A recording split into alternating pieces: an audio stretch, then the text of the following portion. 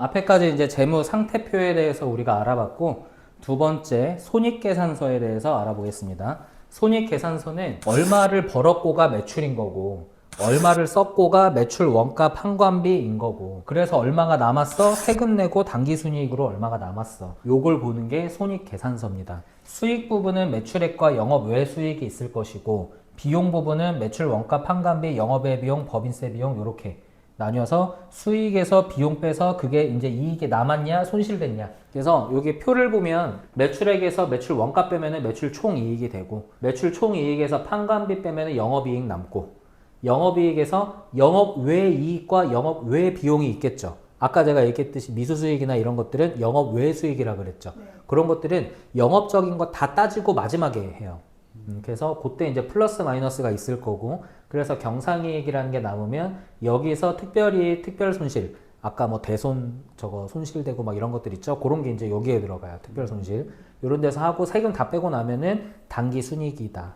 그래서 수익보다 비용이 많으면 순이익이고 비용이 수익보다 많으면 순손실이다. 이거를 따지기 위해서 손익계산서라는 걸 보는 겁니다. 손익계산서상의 매출은 매출 종류도 여러 개가 있어요. 상품 매출, 제품 매출, 공사 수입 뭐 등등등이 있는데, 크게 보면은 상품 매출이냐 제품 매출이냐 요거 두 가지 정도만 이해를 해도 되는데, 상품은 뭐냐면 우리가 물건을 갖고 와서 파는 거예요. 도소매 하시는 분들. 제품은 뭐냐면 제조의 제자야. 내가 만드는 거. 내가 만들어서 매출이 일어났다. 제품 매출. 요거는 제조업이죠.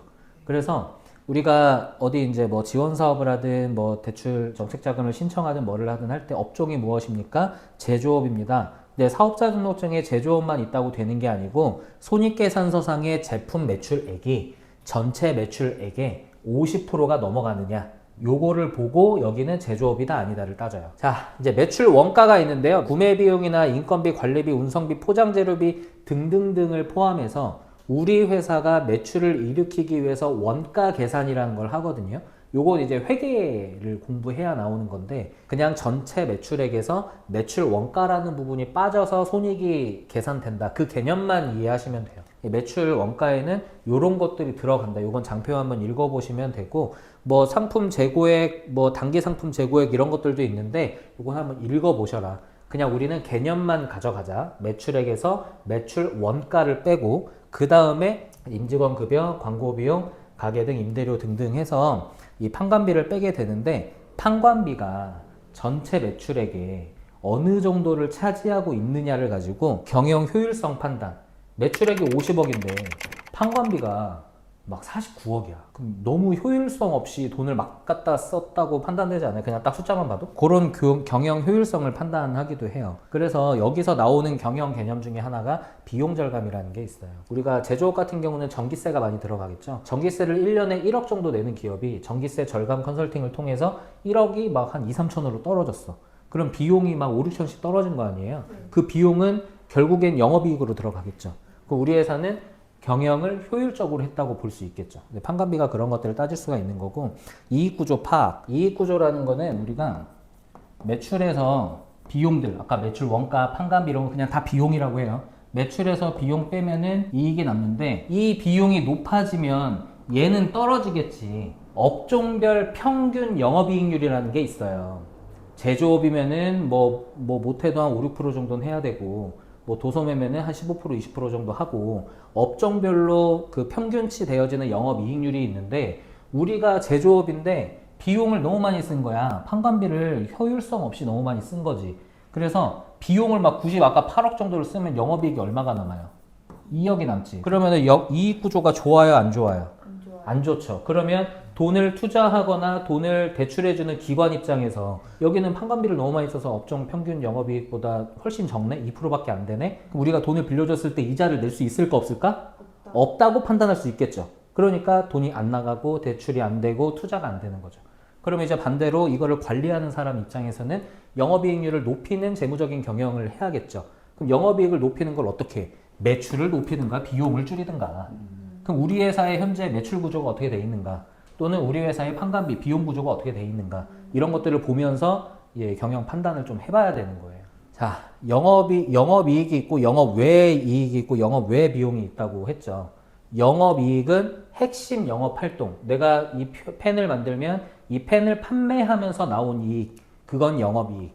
근데 영업 외 이익은 이거 이외로 우리가 어떤 컨설팅을 해서 돈을 받는다. 제조업인데도 불구하고 아니면 아까 같이 뭐 가지급금 때문에 뭐 들어오는 어떤 뭐 미수 수익이라든지 이런 것들 그런 거 이제 영업 외 수익. 그다음에 영업 외 비용은 영업 때문에 나간 돈이 아니라 다른 거. 어쨌든 비정기적이거나 우발적으로 일어나는 어떤 영업 외 비용들 이런 것들이 있어요. 그거는 여기에 이제 쭉 있죠. 이자 비용도 영업 외 비용으로 들어가고 환차손이 뭐냐면은 환율이 올라감으로 인해서 우리가 손해보거나 이익 보거나 환율이 떨어지는 것 때문에 우리가 손해보거나 이익 보거나 하는 것들이 있거든요. 투자자산의 평가손실.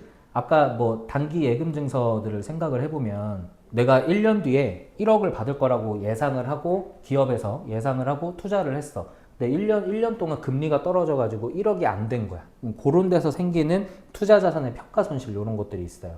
정확한 예는 이건 아니지만 그냥 이해를 돕기 위해서 그 다음에 자본 잠식이라는 개념도 우리가 알아야 돼요. 자본 잠식. 아까 자본은 뭐라 그랬어요? 내 돈. 근데 내 돈이 잠식당했어. 그냥 쉽게 말해 먹혔다는 거야. 먹혔다는 거야. 내 돈이 먹혔어. 매출, 비용, 이익인데 매출이 100억인데 비용이 101억이 난 거야. 그럼 이익은 얼마예요? 마이너스 1억이죠. 요 마이너스 1억 나는 행위를 결손이라고 해요. 영업이익은 마이너스 1억이에요. 근데 이게 재무 상태표로 넘어가게 되면 현금이 1억이 없어진 거죠. 네. 이 1억을 어디서 갖고 왔어? 우리가 있던 돈에서 썼을 거 아니야. 우리가 있던 돈이 뭐야? 자본이지. 자본이 잠식당한 거야. 자본 잠식이 부분 자본 잠식이 있고 완전 자본 잠식이 있어요. 우리가 자본이 만약에 5억 있었어. 근데 이익이 마이너스 1억이 난 거야. 그럼 자본금이 얼마로 줄어요? 4억으로 줄죠. 1억을 썼잖아. 네. 요거는 부분 자본 잠식. 5억이라는 자본이 부분적으로 잠식당한 거. 근데 마이너스 5억이 넘어가는 순간 그럼 완전하게 먹혀버렸지. 이게 완전 자본 잠식. 그래서 우리가 투자하거나 뭐 대출할 때 부분 자본 잠식이면은 이렇게 평가를 그래도 해주긴 해요. 근데 몇 년 동안 연속해서가 아니라 저런 결손회계가 한 번밖에 없었다 그러면 그래도 뭔가 이 환경적인 요인이나 뭐 이런 것들 때문에 좀 그럴 수 있겠지. 그동안은 계속 발전해 오던 회사였다면 근데 전년도에도 결손, 작년에도 결손, 뭐 지금도 막 뭐 그러고 있으면은 당연히 뭐 대출이나 투자나 뭐 이런 여러 가지 재무 활동들이 안 되겠지. 이해되시죠? 자, 손익계산서는 상대적으로 쉽죠. 뭐 이것도 판관비에 보면 계정 과목이 막 엄청 뭐 여러 개가 있는데 그냥 뭉뚱그려서 비용이구나. 이렇게 쓰면 돼. 그 비용이 보험료로 나간 건지 뭘로 나간 건지 그 비용 디테일한 거 보고 싶으면 주석 들어가면 돼요. 네. 주석 들어가면 나옵니다. 그래서 손익계산서는 수익이 났는데 이 수익은 매출, 영업 외 수익, 특별 수익을 합쳐서 수익이라고 하는 거고 이 수익이 난 거에서 비용을 빼서 이익이 얼마 남았냐 요걸 보는 게 손익계산서. 비용에는 매출 원가가 있고 판관비가 있고 영업 외 비용, 특별 손실, 세금도 비용이 되겠지. 그래서 다 더해갖고 비용을 빼니까 이익이 남았는데 요거를 당기순이익이라고 하더라. 요게 이제 손익계산서예요. 자, 그 다음은 현금흐름표. 이제는 현금흐름표를 볼 텐데 제가 문제 좀 하나 내볼게요. 우리 지금 손익계산서를 배웠잖아요. 손익계산서를 보니까 갑이라는 기업이 있고 을이라는 기업이 있어요. 손익계산서는 기간에 표기가 된다 그랬잖아요. 네. 재무상태표는 현재 그 날에 표기가 되는 거고 자, 갑의 영업 상황이 나와 있고 을의 영업 상황이 나와 있어요. 기간은 똑같아. 갑을 보니까 매출이 2억이 났고 200억이 났고 비용을 100억을 써서 이익이 100억이 났대. 손익계산서 상에 보니까. 이런 기업이 있고 을을 보니까 을은 매출액이 60억이 났고 비용을 50억을 써서 이익이 10억이 났대요. 어느 회사가 좋아 보여요? 손익계산서를 딱 봤을 때 갑이 좋아 보이죠? 네. 왜? 이익이 많이 남았잖아. 네. 이 손익계산서는 실제로 이 이익이 우리 회사에 들어왔냐 나왔냐 이걸 보는 게 아니라 숫자가 남았냐 안 남았냐만 보는 거니까. 손익계산서만 보면은 영업이익이 갑이 많이 났잖아요. 그죠? 근데 뭔가 반전이 있으니까 이렇게 문제를 냈겠지. 자, 반전이 나옵니다. 반전. 이 기업의 현금흐름표를 보는 거야. 이제 현금흐름표를 보니까 요런 현금흐름이었네. 설명을 좀 드려볼게요. 1월 1일 날 갑의 보유 현금이 50억이 있었어. 그러면 이거는 재무상태표에 자본금이나 뭐 자본잉여금이나 미처분잉여금 다 합친 게 50억이란 얘기예요. 이해되죠? 자, 요런 상황이었는데 2월 2일 날 매입을 100억 원어치를 한 거야. 비용 100억 썼다고 했잖아요. 네. 근데 요거 지불을 언제 해? 4월 1일 날 하죠. 그럼 우리 회사는 100억을 샀지만 아직 돈을 안 줬지. 네. 그럼 우리 회사 재무 상태표는 뭘로 들어가? 아까 얘기했던 매입 채무. 100억을 갖고 왔는데 아직 안 줬잖아. 줄 돈, 매입 채무. 우리한테 100억에 판 이 사람은 뭘로 들어가요? 매출책. 그치, 매출채권. 자, 그런 상황이에요. 4월 1일 날 지불을 해야 돼. 자, 채무는 부채지. 부채는 상환의 의무가 있다 그랬죠. 그래서 4월 1일 날 지불을 해야 되는데 3월 3일 날 매출을 200억을 올렸어. 올렸는데 4월 30일 날 입금된대. 자, 이 상황에 우리 회사는 지금 50억밖에 없죠. 2월 2일 날 샀는데 돈은 4월 1일 날 줘야 되는데 4월 30일 날 판 200억이 들어오잖아. 그지? 네. 그럼 200억이 안 들어온 상황에 50억 갖고만 100억을 내야 되죠. 여기가 좋은 거야, 지금? 뭐 불안하지 않아? 이렇게 되면? 그렇죠. 50억을 요 한 달 이내에 지금 어서 갖고 와야 되잖아. 한 달 동안 50억을 어서 빌려. 그죠? 이해돼? 네. 근데 을 볼게, 을. 자, 10억밖에 안 남았어. 손익계산서 상에는. 근데 여기도 1월 1일 날 보니까 보유현금이 50억인데 얘는 그 상품 매입을 50억을 했어. 4월 1일 날 지불을 해야 돼. 그러고 60억을 팔았어. 4월 1일 날 지불할 돈이 있죠? 있어요. 있죠? 네. 그러니까 여기는 마이너스가 아니지, 지금. 있는 거 주면 되니까. 그죠? 그러고 나서 판 60억이 다시 들어올 거 아니야. 네. 안정적이잖아요. 그러니까 이익만 보고 이 회사의 좋고 나쁨을 따지기는 어려운 부분도 있다. 그래서 현금 흐름표도 같이 봐야 된다. 라는 것을 여기서 보는 거예요. 만약에 이 돈이 지급이 안 되고 막 이래갖고 우리 회사가 조금 어려운 상황에 간다 그러면은 무슨 상황이 벌어지냐? 흑자도산이 된다. 흑자는 뭐야? 돈은 벌었어. 돈은 벌었는데 도산이야. 줄 돈이 없어가지고. 그러니까 100억이 유유되는 순간이 오는 거예요. 10억, 나이스 10억이 되는 순간이 오는 거고. 요런 게 운영의 안정성과 기업의 내실을 따질 때 중요하겠죠. 현금 흐름표는 이래서 중요합니다. 이해되셨죠? 이게 현금 흐름표를 배우는 의미예요. 자, 현금 흐름표는 영업 활동으로 인한 현금 흐름표, 그 다음에 투자 활동으로 인한 현금 흐름표, 그 다음에 재무 활동으로 인한 현금 흐름표, 마지막에 기초 잔액과 기말 잔액의 증감을 보고 이 회사의 현금의 등락을 봐요. 다시 얘기하면 기초 잔액, 기초 1월 1일, 기말 12월 31일, 정확히는 1월 1일과 12월 31일이 아닐 수도 있어. 만약에 결산이 6월인 기업들도 있거든요. 보기는 어렵지만. 그러면 기초가 언제가 되는 거야? 7월 1일부터 6월 30일까지를 보는 거지. 근데 보통은 다 12월이기 때문에 1월 1일부터 12월 31일까지 돈이 어떻게 흘러갔느냐. 그래서 플러스야 마이너스야. 요걸 보는 게 현금 흐름표. 기초 잔액이 있었어. 기초 잔액은 전년도의 기말 잔액이겠지. 네. 이해되죠? 네. 기초 기초 잔액 플러스 내가 영업 활동에서 아까 10억을 벌었대. 네. 그리고 투자 활동을 했어. 뭐 인테리어에 얼마 쓰고 뭐 기계 설비 하는데 얼마 쓰고 투자 활동을 좀 했어. 그러고 재무 활동은 돈을 뭐 대출 받거나 대출 받은 걸 갚거나 뭐 이런 걸 재무 활동이라고 해요. 재무 활동 때문에 돈이 또 뭐 얼마가 들어왔어. 대출 받았으니까 얼마가 유입이 됐어. 플러스 대출금을 갚았어. 유출이 됐어. 마이너스. 인출이라고 표현해요. 인출이 됐어. 마이너스. 요런 게 재무 활동. 그래서 기초 잔액에다가 영업 활동한 거 더하고 투자 활동한 거 더하고 재무 활동한 거 더하면 기말 잔액이 남겠지. 요 기말 잔액이 기초 잔액보다 늘었어. 줄어들었어. 해서 늘었어. 현금 흐름 좋았네. 줄어들었어. 현금 흐름 안 좋았네. 오케이? 손익계산서에 매출액이 이만큼 있고 당기순이익이 이만큼 나와도 현금 흐름표를 보니까 마이너스야. 현금이 안 돌았어. 그러면 아까 뭐야? 흑자도산 될 수 있는 위험이 있다. 그러니까 현금 흐름표는 기업의 안정성을 보는 지표다. 그렇게 보면 되는 거고, 현금 흐름은 이렇게 네 가지를 볼 수가 있는데 영업활동을 해서 현금이 얼마나 늘어났느냐, 요건 플러스 되는 게 당연히 좋은 거고, 투자활동, 어느 정도 금액을 투자하고 있느냐 또는 투자를 받았느냐. 근데 투자를 받으면 좋겠지만 투자 받으면 다시 어차피 투자 금액은 회수가 되기 때문에 그 투자를 많이 받는 것보다 우리 회사의 영업을 위해서 그 인테리어를 하고 뭐 삼겹살집이면은 뭐 쇠절기 같은 거 사갖고 와서 대패 삼겹살로 막 메뉴를 늘려서 막 돈을 더 많이 벌겠다 이런 의지로 이제 투자를 하는 거니까 이런 게 마이너스 되는 게 좋아요. 얘는 플러스 되는 게 좋고. 재무 활동은 돈을 빌려갖고 오면은 플러스, 돈을 갚으면 마이너스. 플러스가 좋아, 마이너스가 좋아요? 플러스. 아까 대출 많다며. 갚으면 좋죠. 마이너스. 대출 많다며. 갚는 게 좋아, 더 받고 싶어. 아, 자산을 늘려야 되니까. 아, 더 받아야 되나? 아, 그래? 갚고 싶지. 아, 나도 갚고 싶어. 재무 활동은 마이너스 되는 게 좋습니다. 그래서 플러스, 마이너스 해도 기말 잔액이 늘어나려면 영업 활동이 그만큼 많이 일어나야겠죠. 요걸 보는 게 이제 현금 흐름이다. 자, 현금 흐름표는 이렇게 생겼습니다. 이렇게 생겼어.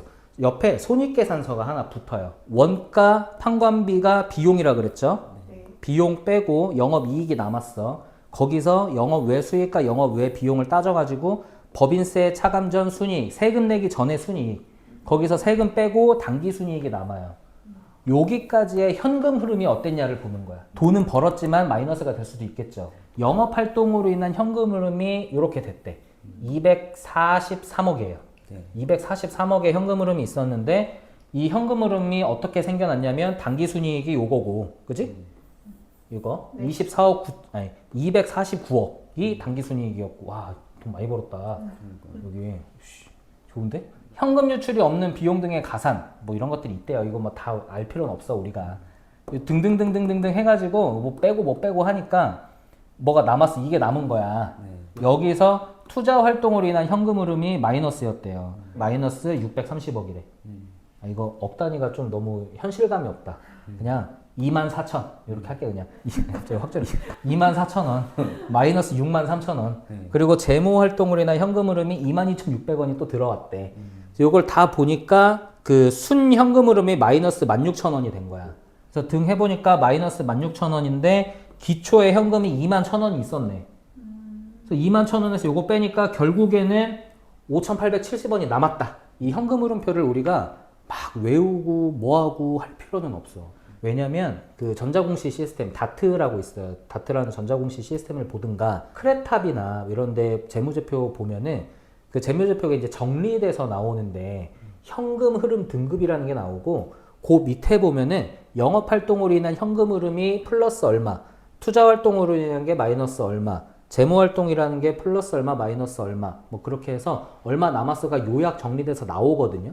그러니까 그것만 그냥 보고 현금 남았어 안 남았어? 그것만 우리는 파악하면 되는 거니까 얘를 막 외울 필요는 없어 사실.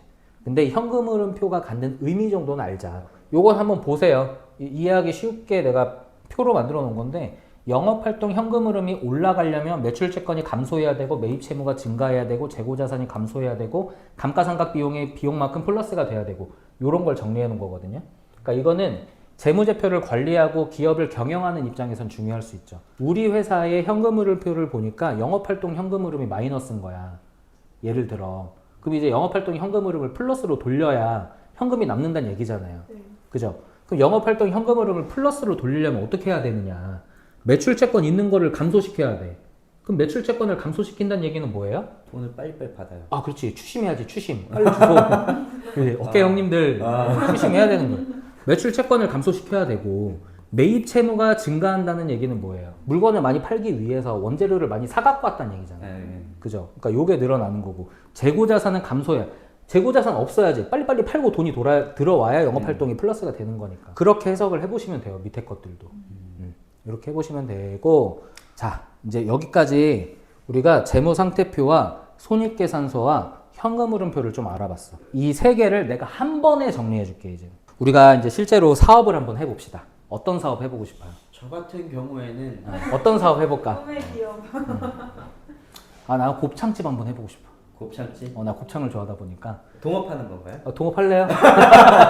곱창집 창업 한번 해봅시다. 자, 우리가 창업을 할 때는 프로세스가 있습니다. 처음에 항상 자금 조달을 해야 돼요. 내 돈이건 넘 돈이건 사업 자금을 만들어 놔야죠. 네. 그죠? 그 다음에 뭐가 이루어져야 돼요? 인테리어 해야 돼, 인테리어. 요런 것들을 투자 활동이라고 하죠. 자금 조달 다음에 투자 활동이 이루어져야 됩니다. 투자 활동을 보니까 인테리어도 있고, 뭐 불판도 사야 되고, 광고도 해야 되고. 투자 활동에서 이제 우리 곱창집, 림팩스 곱창집까지 만들었어. 그 다음에 뭐예요? 영업을 해야죠. 돈을 벌어야죠, 이제. 요 로직을 머릿속에 넣어놓고 있어야 돼. 우리 재무상태표부터 왼쪽에 자산이라 그랬죠. 오른쪽에 부채고 자본이에요. 자, 우리가 곱창집을 할 거야. 돈 얼마 있어? 우리 동업하자며. 돈 얼마 있어? 100만 원? 100만 원 있어? 혹시 동업하는 거 맞아 이거? 네. 뭐 나도 100만 원 있어. 네. 그러면 이제 우리가 50씩 있는 돈 다 쓸 수는 없으니까 아, 예. 50씩 합시다. 자, 내 돈. 내 돈은 뭐야? 자본이죠. 내 돈 얼마 있다고? 우리 100만 원 있어. 근데 100만 원 갖고 곱창집 창업하기는 어렵겠죠. 네, 100만 원 갖고 어려워. 그래서 대출을 받아 갖고 와야 돼요. 대출은 부채겠죠? 대출 얼마 받을래? 우리 얼마 받아야 되나? 일단 1억 정도는 받아야 해주면 정말 감사하겠다. 대출 우리 한 4천만 원 받읍시다. 아니 400만 원 받읍시다. 그래서 곱창집 못 열 것 같은데요. 어쨌든 이렇게 했어. 그러면 내 돈 100만 원은 자본인데 자본은 자산에서 보면 현금이죠. 현금 100만 원 있는 거잖아. 네. 그죠? 그 다음에 대출 400만 원은 받아갖고 왔어. 요것도 자산 항목으로 가면은 현금 400이 되는 거죠. 이해돼요, 여기까지? 네. 그럼 요거 더하면 얼마? 500. 요거 더하면 얼마? 500. 500. 근데 이제 우리가 자금 조달을 했어. 아까 우리 1번 자금 조달했죠. 두 번째 이제 투자 활동을 해야 돼. 곱창도 사야 되고 곱창 사는데 얼마일까? 뭐 한 100만 원어치 곱창을 사갖고 와요. 네. 그 다음에 인테리어도 해야 돼. 인테리어 하는데도 뭐 한 200만 원 들었어요. 그 다음에 저거 참숯도 비장탄으로 해야 이제 막 맛있고 막 하니까 이제 숯도 사, 숯도 사고 뭐 불판도 사. 이거 얼마? 100만 원 주고 사갖고 왔어요. 이해돼요? 네네. 자, 100만 원, 200만 원, 100만 원에서 총 얼마 썼어?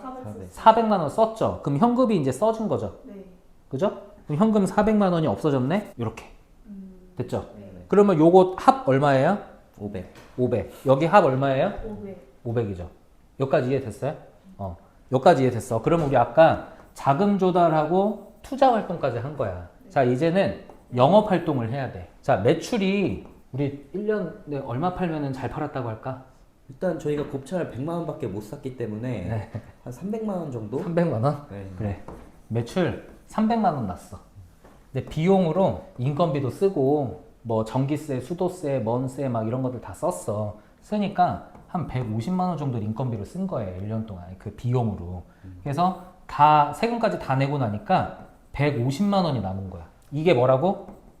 단기 순위. 그럼 당기 순이익은 재무상태표에 어디로 들어간다 그랬어요?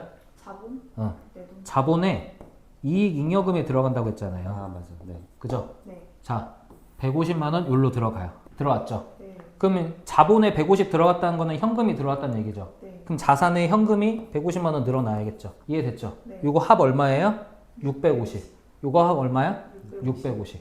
계속 똑같죠? 대차가 같아야 돼요. 자, 우리는 자금 조달을 했고 그 다음에 투자 활동을 해서 영업을 했어요. 돈이 남았네. 그럼 이때부터는 이제 경영적인 판단을 해야 돼. 뭐 대출을 통해 가지고 프랜차이즈를 해서 이걸 더 늘려 나갈 것인가, 아니면 뭐 투자를 받아 갖고 늘려 나갈 것인가, 아니면 여기만 집중해 갖고 돈을 계속 벌 것인가. 근데 내가 이제 우리 김경환 컴퍼니랑 얘기를 해가지고 야, 우리 투자를 좀 받자. 우리 지금 300만 원 했는데 150이면은 이익률이 50%야. 와, 이 돈 많이 벌었어. 이익률이 좋은 사업이야. 엄청난데요? 엄청나지. 그래서 투자를 받자, 우리. 투자를 얼마 받을래요? 얼마 저 받고 같은 싶어? 경우에는 한 투자를 한 1,000원어치 받았다고 예를 들어요. 투자를 1,000원어치를 받았어. 저 투자는 그럼 우리 회사에 유입이 되는 거죠. 네. 뭘로 들어와요? 부채로. 아니지. 현금. 그러니까 현금으로 들어오는데 계정이 뭘로 들어가나? 자본으로. 자본으로 들어가는데 어떤 거라고 아까? 무슨 잉여금?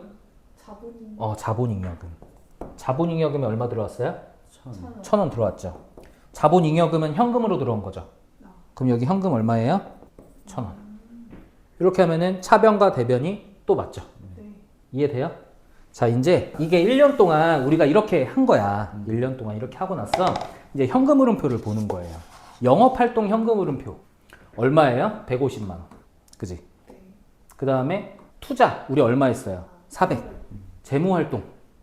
대출 얼마 빌려갖고 왔죠? 400. 400. 아, 그리고 우리 투자 얼마 받았지 아까? 1,000만 원. 얘는 마이너스고 얘는 플러스죠. 네. 그럼 요거 다 더해봐요. 그럼 1,150이죠. 이게 기말 잔액이잖아. 근데 현금 흐름은 기초 잔액과 기말 잔액이죠. 네. 네. 기초 잔액 우리 얼마 있어? 내 돈 있었잖아. 네. 200만 원.